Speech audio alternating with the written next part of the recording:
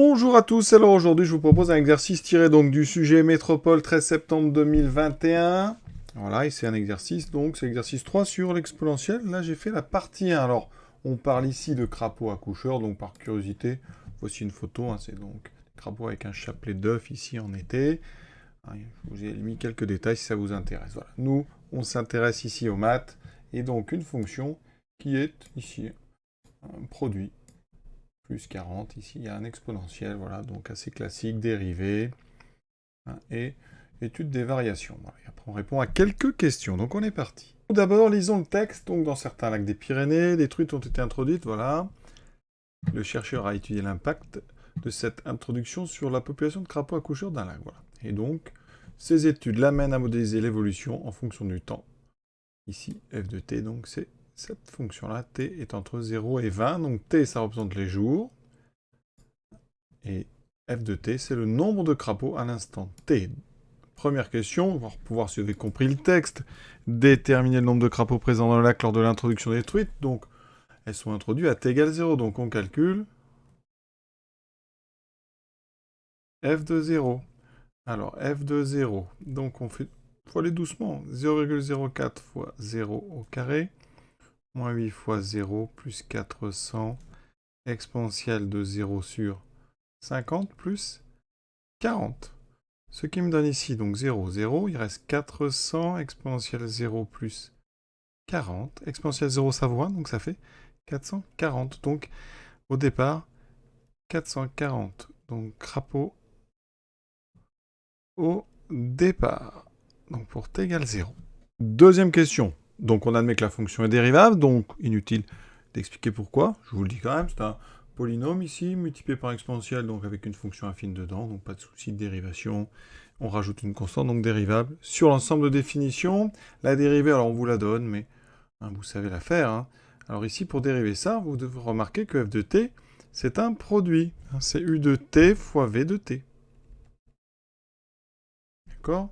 Ici, u de t fois v de t plus 40. Hein, on n'oublie pas le 40. Voilà. Sachant que le u de t, donc en haut, je vous le montre, c'est le polynôme, voilà.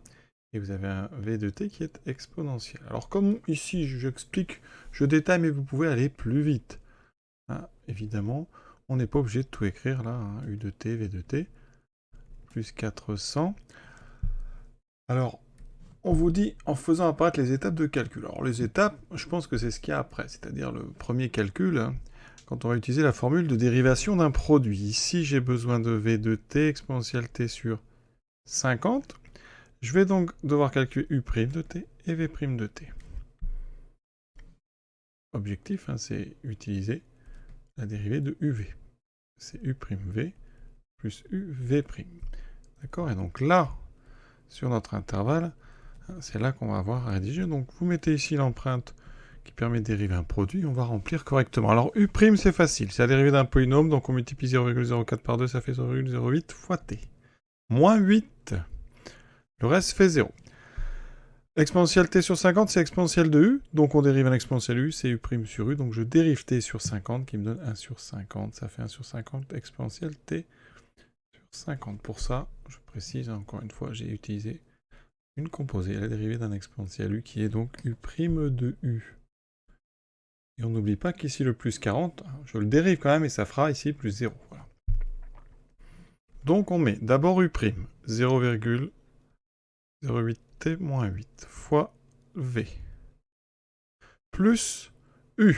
Alors ici, ouais, je n'ai pas prévu à cette place, donc on va rallonger un petit peu, qui me fait 0,04t carré moins 8t plus 400, fois 1 sur 50 exponentielle t sur 50. Alors, comment on va conclure? Donc, ici, on peut factoriser par exponentielle t sur 50. Donc, on a 0,08t moins 8. Ensuite, 0,04 sur 50. Alors, ça fait combien, ça?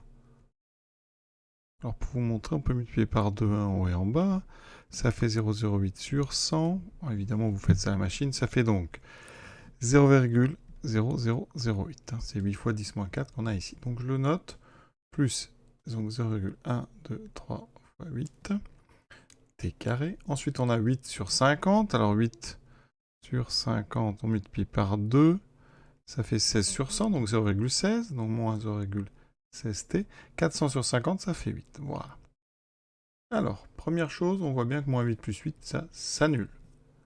Ensuite, dt carré, j'en ai donc 0,0008.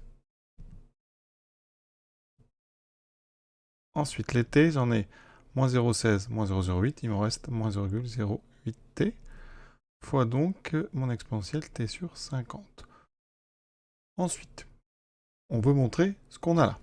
Remarquez qu'on peut factoriser par t. Donc il nous reste 0,0008t, moins 0,08 exponentielle t sur 50. Et bien là, alors, plusieurs méthodes. Soit vous transformez ce qu'on vous a donné ici, soit vous factorisez par 0,0008. Ça va donner donc t moins. Alors, 0,08 sur 0,0008. Vous remarquez que 0,08, c'est en fait 100 fois 0,008. Et donc il vous reste ici moins 100. C'est une façon de faire. D'accord? Donc ça, c'est bien ce qu'il fallait démontrer. Pour ceux qui ont un peu de mal avec les nombres décimaux, ce que vous pouvez faire, c'est regarder, développer ce qu'on vous propose. Donc 8 fois 10 moins 4 fois donc t moins 100. Vous regardez cette partie-là, ça fait effectivement 0,0008 t moins, alors fois 100, il restera 0,08. Voilà, et vous voyez bien qu'on retrouve ce qu'on a. Donc c'est à vous de vous débrouiller, hein, mais il faut comme ça bien arriver à s'en sortir. Là, on vous aide un petit peu parce qu'il y a un 10 moins 4. On aurait pu laisser finalement 0,0008. Mais voilà. Deuxième question, les variations de f. Alors il faut étudier le signe de f', d'accord? Donc, étude signe de f' de t sur l'intervalle 1, combien? Non, 0,120. Alors il n'y a aucune difficulté majeure. Je rappelle que quel que soit t, exponentielle t sur 50, c'est un exponentiel, c'est strictement positif. Donc on peut faire le tableau direct. On a un produit, hein, donc ici on est donc ct. On est de 0 à 120. Il va falloir faire figurer donc t, le premier facteur. Ensuite t moins 100.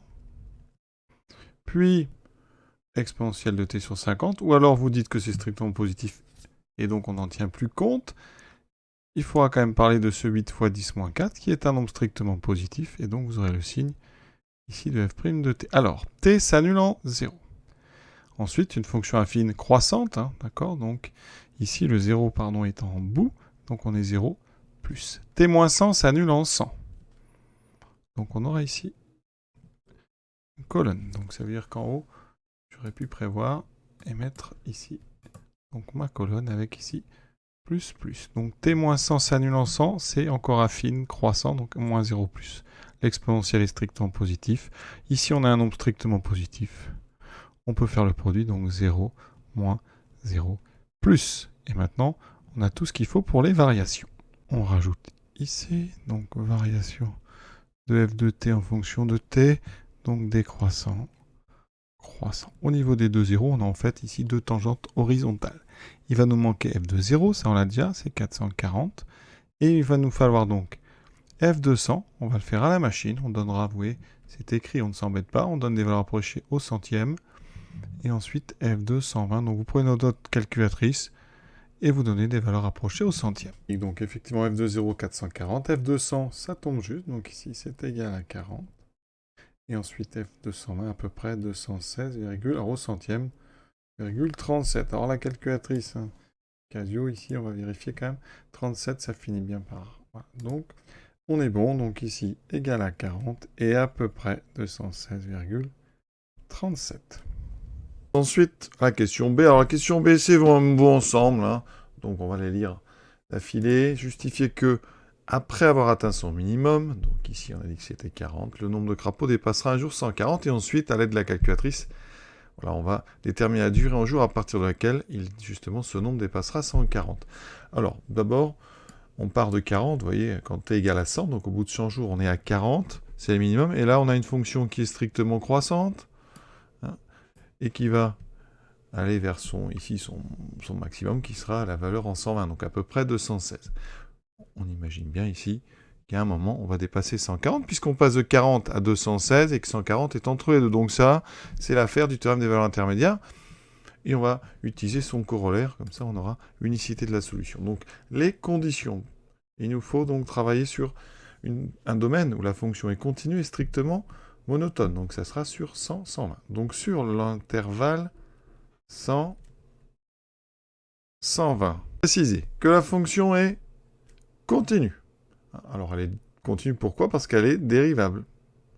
En terminale, on justifie la continuité avec la dérivabilité. Voilà. Ensuite, elle est strictement croissante. Important, il faut que votre valeur, donc 140, soit intermédiaire. Donc, effectivement, l'image de 100 est plus petite que 140. L'image de 120 est plus grande strictement que 140. Donc, vous voyez bien que 140 est une valeur intermédiaire. Donc, d'après le théorème, alors son nom, c'est le théorème de la bijection, ou le corollaire du théorème des valeurs intermédiaires, donc le corollaire du TVI, eh bien, l'équation f de x égale 140 admet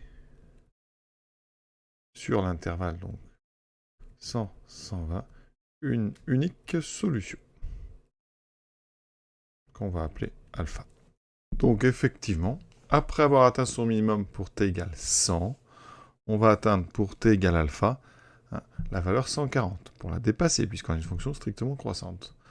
Donc on recopie la phrase. Après avoir atteint son minimum, on va préciser, son minimum en t égale 100, le nombre de crapauds augmente pour donc atteindre 140 pour t égale alpha, puis le dépasser. Et voilà donc la réponse à la question B. Alors pour la question C, ben là c'est la calculatrice qui va nous donner justement une valeur approchée de alpha. On commence avec la Texas. Donc ici f de x, j'ai rentré l'expression, j'ai réglé la fenêtre en fonction de mon tableau de variation. Vous voyez, 0 à 120 pour les x, les y de 0 à 440, j'ai mis 450. Je fais la courbe. Ici, alors vous avez un solveur graphique qui calcule les valeurs de x, les 0 des minimums. Alors moi, ce que je vous conseille ici, c'est donc d'aller tracer l'horizontale qui vous intéresse. C'est-à-dire ici, y égale 140. Voilà, je trace. Vous allez voir, voilà, vous avez cette, ici, donc, droite avec les deux intersections. Nous, ce qui nous intéresse, c'est celle qui est après le minimum, donc ici. Donc on va aller dans calcul, et là, vous faites intersection. Ensuite, il va falloir aller entourer votre intersection. Donc, il ne faut pas vous mettre avant. Voilà, ça va. Donc, on va se mettre ici. Ça, c'est la première croix. Vous allez mettre la deuxième croix après l'intersection qui vous intéresse. Vous voyez, elle bouge. Voilà, je vais la mettre juste après. Je valide. Et là, vous rappuyez une fois. Et vous voyez, c'est en train de chercher. Donc, ça me donne. Donc, pour y égale 140, x égale 115,72. Copie, vous écrivez ça. À la machine, alpha est à peu près donc 115,72. Donc, pour dépasser, il ne faut pas être à 115, il faut donc être à 116. Donc, c'est 116 jours. Voilà, parce qu'à 115, vous serez un tout petit peu avant. Maintenant, on s'attaque donc à la Casio. Donc là, voici, j'ai rentré l'expression. On fait bien attention, vous rentrez des x, jamais des t. Le t que vous trouvez ici, c'est un t pour un autre type de fonction. Donc, n'utilisez vraiment que des x. Vous validez. Donc ici, on va quand même aller regarder la fenêtre, parce que quand même, on est donc de 0 à 120. Vous voyez, je fais en direct avec vous. Donc, y minimum, je vais mettre 0. Je vais mettre donc 450. Voilà, tout est rentré. Ici, je vais aller, donc, je sors de là. Je dessine la courbe. Voilà. Moi, je veux donc y égale 140. Donc ici, sur les casures, en appuyant sur G-Sol, vous pouvez directement, il y a y interception ici. Alors ça, c'est intersection. Donc avec ici l'axe Y, si vous tapez, vous voyez ici, vous allez avoir les coordonnées d'intersection avec l'axe vertical. C'est pas ce qu'il nous faut. Nous ici, vous allez chercher dans Y cal. Voilà, vous saisissez la valeur. Pardon, c'est X cal qu'il me faut, j'ai des bêtises. Voilà, donc G-solve. Donc X cal, voilà, vous voulez calculer une valeur de X, vous mettez 140 ça vous trouve la première. C'est pas celle qui vous intéresse. Vous rappuyez. Et donc tout de suite, 115,72. Vous voyez, ça va très très vite. Hein. Là, vraiment, c'est très pratique. Et donc, on a terminé. Quand même faire la Numworks. Donc ici, alors, vous allez aller dans le menu. On peut faire fonction. Donc, vous mettez fonction. Vous ajoutez une fonction. Vous rentrez donc la formule. Alors, la formule, je l'ai ici en haut à droite. Donc ici, parenthèse. 0,04. Le x, donc ici, vous allez au même endroit, c'est ici. Par contre, c'est x au carré. Donc ici, carré. Moins 8x plus 400. On ferme la parenthèse. On met l'exponentiel. Il est ici. Exponentiel de donc x divisé par 50. Ça met tout de suite la belle division. Et vous n'oubliez pas, plus 40. Voilà, ça c'est comme ça qu'on a rentré la fonction. Alors ensuite, on peut tracer le graphique. D'accord ? Donc on va quand même regarder ça. Ici. Alors, la fenêtre n'est pas particulièrement bonne. On va donc ajuster ce repère. Donc vous allez ici, donc vous allez dans axe, voilà. Rendre orthonormé, non, nous on veut les valeurs. Donc vous allez vers droite. Minimum, donc pour x, 0. Alors il faut enlever automatique, voilà. Minimum 0, maximum 120. Ensuite, donc voilà, vous validez. Valider, ok. Ensuite, vous allez changer les Y. Donc, on veut plus auto. Y minimum 0. Ici, donc, 450. Valider. Pardon, valider. Zut, j'ai raté mon coup. Si, c'est bon, on va laisser ça comme ça. Donc, valider. Maintenant, oui, il faut encore valider. Voilà, et vous avez la forme qu'on a obtenue. Et vous voulez donc savoir quand est-ce que ça fait 140. On voit qu'il y a marqué ici calcul, donc on va aller voir ici calcul. Voilà. Calculer. Ici, antécédent, ben, c'est ce qui nous intéresse, l'antécédent de 140. Voilà. On valide. Donc vous avez le premier ici, 76, vous recliquez, vous avez le deuxième. Oui, ça se passe très bien. C'est assez intuitif aussi. Donc voilà, on a fait donc nos 3 modèles. Voilà. Donc l'exercice est à présent terminé. Je vous souhaite une bonne fin de journée à tous et à bientôt.